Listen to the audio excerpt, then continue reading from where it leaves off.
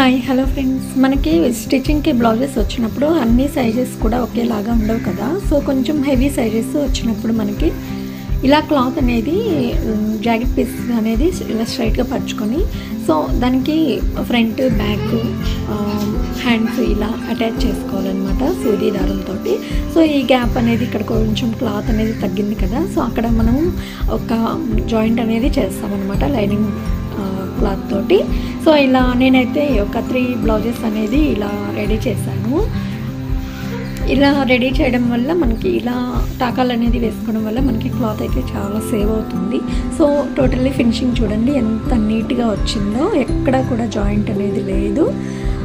మనం ఇంతకుముందు చూసుకున్నప్పుడు ఒక ఫ్రంట్ ఒక విషయంలోనే జాయింట్ అనేది ఉంది. సో ఇలా శారీస్కి మ్యాచ్ అయ్యేలాగా ఇలా పైపింగ్ అనేది చేశాను. సో నేను చెప్పాను కదా 3 బ్లౌజెస్ అలా రెడీ చేశాను టాకాలు వేసని.